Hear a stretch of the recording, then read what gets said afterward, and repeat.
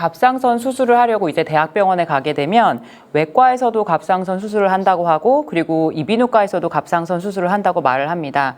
사실 저희는 목을 치료하는 이비인후과 의사잖아요. 그러면 이비인후과에서 갑상선 수술을 받았을 때 이런 점이 더 좋다라고 얘기해 주실 만한 거는 어떤 것들이 있을까요? 갑상선 수술 이후 합병증 중에 가장 중요한 것은 목소리 변화라고 볼 수 있겠습니다.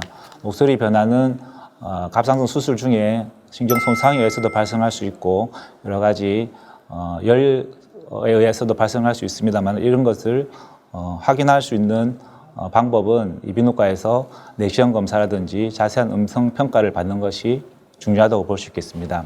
수술 중 신경 손상 예방 시스템이라든지 이런 감시 시스템을 이용해서 신경 손상을 예방할 수도 있고 만약에 신경 손상이 발생하였다 하더라도 이비인후과에서는 성대 내 주입술 등의 시술로서 목소리를 좋게 할 수 있는 시술을 할 수가 있습니다. 그래서 이비인후과에 방문하시면 이러한 여러 가지 좋은 점이 있다고 보시면 되겠고 이러한 검사나 치료를 이비인후과에서 하고 있기 때문에 이비인후과에서 갑상선 수술을 받는다면 수술로 발생할 수 있는 음성 변화에 대해서 좀 더 신속하고 좋은 대처를 받을 수 있습니다.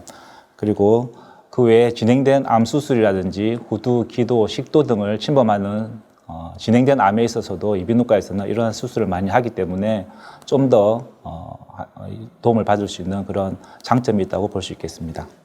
방금도 답변에서 언급하셨지만 갑상선 수술이 사실 수술하고 여러 합병증 중에 목소리가 변한다는 이야기가 있거든요. 최근에 환불원장대에서도 엄정화 씨가 나와서 갑상선 수술 후 목소리 변화가 와서 너무나 괴로웠고 힘들었다고 주변 지인들도 같이 얘기를 한 바가 있어요. 그러면 일반인 분들이 생각하시기에는 갑상선은 음성을 사실 내는 기관이 아닌데 왜 갑상선 수술을 하면 음성 변화가 올 수 있는지도 궁금하고 또 만약에 그렇게 음성 변화가 오면 과연 이게 치료를 못하고 영구적으로 목소리가 변하는 건지 치료가 가능할지도 궁금해하실 것 같거든요. 이 갑상선 주위에 보면 후두를 움직이는 신경들이 두 개가 지나가고 있어요. 그래서 이 수술 중에 아무리 조심을 하고 그래도 수술하면서 이런 신경들을 건드리게 되고 이런 신경들이 건드린 것 때문에 일시적으로 성대마비가 생길 수가 있습니다. 일시적으로 이 성대마비가 생기면 대부분은 정상으로 돌아오지만 일부분에서는 일부 환자들 같은 경우에는 물을 마실 때 사례가 들린다든지 또는 6개월이 지나도 목소리가 돌아오지 않는 경우에는 성대 주입술이나 성대 내전술 같은 적극적인 치료를 우리가 할 수가 있습니다. 하지만 이런 신경의 손상이 없어도 환자분들이 목소리에 변화가 있다고 말씀하시는 분들이 있고요. 그런 분들을 검사해 보면 성대 움직임도 정상인데도 목소리가 변한다고 말씀하시는 경우가 있습니다. 그런 거는 이 그림에 보시면 갑상선은 이렇게 근육들에 쌓여져 있는데 우리가 수술할 때 이 근육들을 제끼고 갑상선을 제거하게 됩니다. 이런 근육들의 역할이 후두의 움직임과도 관련이 있어서 자연스러운 상처 치유 과정 동안에 이 근육들이 딱딱하게 되고 이로 인해서 우리 환자분들이 목소리 변화를 느끼시는 분들도 있게 됩니다. 하지만 이런 상처 치유의 정상적인 과정이 지나면 모두 다 정상으로 돌아오기 때문에 목소리가 정상적으로 회복될 수가 있습니다. 그래서 갑상선 수술을 하고 목소리에 변화가 있거나 음식을 먹는 게 불편하거나 사례가 들리거나 하신다면은 이비인후과 의사의 진료를 받으셔가지고 정확한 원인을 찾고 그에 맞는 치료를 받으시는 게 좋습니다. 최근에 갑상선에 대해서 건강검진을 하게 되면 꼭 초음파 검사를 받게 되고요. 그리고 꼭 건진센터나 대학병원이 아니더라도 개인 병원에서 초음파 검사를 굉장히 많이 해주시거든요. 그러면 이런 갑상선 질환을 진단하는데 초음파 검사는 과연 어떤 의미가 있을까요? 네, 초음파의 장점은 CT나 엑스레이 검사처럼 방사선에 노출이 없기 때문에 아이들도 안전하게 검사를 할 수가 있고요. 또 외래 진료 보면서도 바로 궁금한 게 있으면 초음파를 시행할 수가 있어서 아주 편리한 검사 방법입니다. 그래서 이비인후과에서는 초음파 검사를 통해서 우리 갑상선뿐만 아니라 임파선이나 목에 생기는 혹, 그리고 침샘에 생기는 혹, 얼굴에 생기는 혹 등 다양한 병들을 초음파 검사를 통해서 진단이 가능합니다. 갑상선에 혹이 생겼을 때는 여러 가지 영상 검사 중에서 CT나 MRI보다도 초음파가 가장 정확한 진단 방법으로 알려져 있습니다. 그래서 이 갑상선에 생긴 혹이 암인지 아니면 암이 아닌지를 구별하는 데는 새침 흡입 검사라는 것을 해서 우리가 세포 검사를 통해서 그 진단을 하게 되는데 이런 검사를 할 때도 초음파를 이용하게 되면 이 새침 흡입 검사를 하는 바늘의 모습을 실시간으로 볼 수가 있기 때문에 그런 새침 흡입 검사의 정확도를 높이는 데 도움이 되는 아주 유용한 검사가 되겠습니다. 뿐만 아니라 그 치료적 목적으로는 갑상선에 물이 차 있는 물혹이나 이런 낭성 질환이 있는 경우에는 초음파를 이용해서 물을 액체를 흡입을 하고 필요에 따라서는 경화요법이라는 치료를 할 수가 있고요.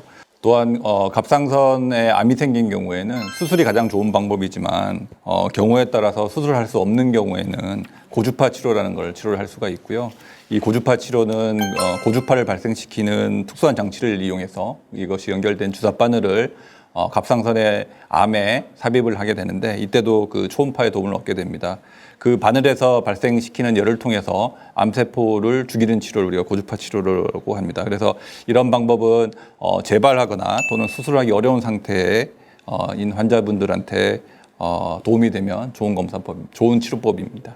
지금까지 갑상선 수술에 대해서 대한갑상선두경부외과학회 전문의 선생님들과 함께 자세하게 알아보았고요. 특히 저희 이비인후과에서 수술을 받을 경우 어떤 점이 더 좋은지에 대해서 자세히 들어보는 시간을 가졌습니다. 이제 마지막으로 세 분께서 갑상선 질환에 대해서 고민하고 계시는 시청자분들에게 한마디씩만 어떤 점을 꼭 알려주고 싶으신지 얘기해 주시면 감사하겠습니다.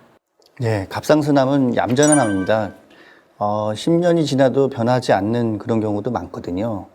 하지만 이제 이것도 결국은 암이기 때문에 언제든지 터질 수 있는 폭탄으로 작용할 수 있는 그런 위험한 거거든요. 그래서 만약에 암으로 진단되거나 아니면은 그와 유사한 암이 의심이 되는 종양이 보일 경우에는 반드시 가까운 그 전문 병원을, 갑상선 전문 병원을 찾아서 초음파 검사를 해서 주기적으로 검사를 해서 그 종양이 변하는지 아니면 커지는지 아니면 또 뭐 무슨 새로운 병이 생기는지를 꼭 확인하셔야 되고요.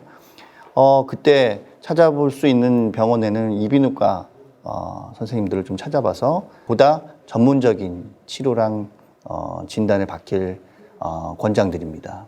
예, 갑상선 암은 여러 가지 형태로 나타날 수 있습니다만은 정확하게 진단되고 치료하면 완치될 수가 있습니다. 그래서 완치될 수 있는 기회를 가질 수 있기 때문에 적극적으로 치료하면 좋겠고, 갑상선 암으로 진단되었을 경우에 이비인후과를 찾아가서 치료받을 수 있는 기회를 가지시길 바랍니다.